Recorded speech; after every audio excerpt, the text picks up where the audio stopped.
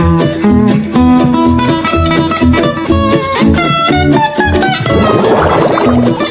is Mami Yoni, your single mom. Hi mga best ko, ako si Tony Fowler.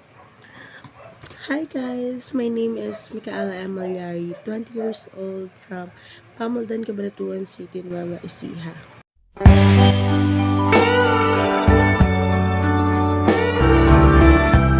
So tonight, ikukwento ko yung mga karanasan ko nung child pa lang ako to adolescence and adulthood.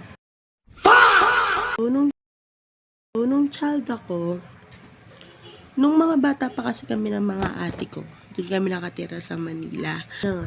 Ang pinaka-memorable ko noon ay yung pumunta kami sa Baclaran, umaga, tapos pumunta kami sa Baclaran para bumili ng pandesal. Tapos, so, naglalakad kami ng mga pinsan ko, yung pinsan ko si Ate Joy, ako, saka yung ate ko.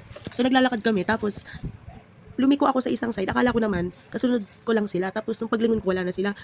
So, nawawala na nga ako, ganyan. Tapos after nun, iyak-iyak ang ganyan, syempre, ikaw ba naman mawala. Tapos nung ano na yun, malapit lang kasi yung police station, so tanda ko talaga yun, na may police station doon. Basta tanda ko na may police station doon, so pumunta ako doon. Tapos, sakto nung pumunta ako doon, andun yung tito ko, may mga tropa kasi siyang police doon eh, so andun siya, nakatambay siya doon. So, sakto nung pagpunta ko doon, andun din siya, kaya ako nakauwi.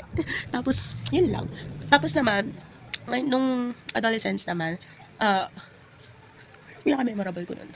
Yun. So, yun nga, kasi diba, nung high school ako, member ako ng dance troupe. So, meron kaming isang competition na sasalihan. Tapos, habang nagpa-practice kami, sa part na magbo-ballroom na kami nung kapartner ko, bali kaming dalawa kasi yung leader. So, dalawa kaming nasa gitna. Habang nagpo-ballroom na kami, biglang yung alam niyo, na-injured ako sa part ng tuhod ko. So, nakakahiya talaga, bumagsak talaga ako. Yun yung pinaka na sabi ko, ay, ayoko na magsaya ako. Like, sino ba naman gusto na pakita ka ng napakaraming tao na bigla ka na nababagsak, para ako, iyak-iyak talaga ako kasi sobrang sakit talaga, as in.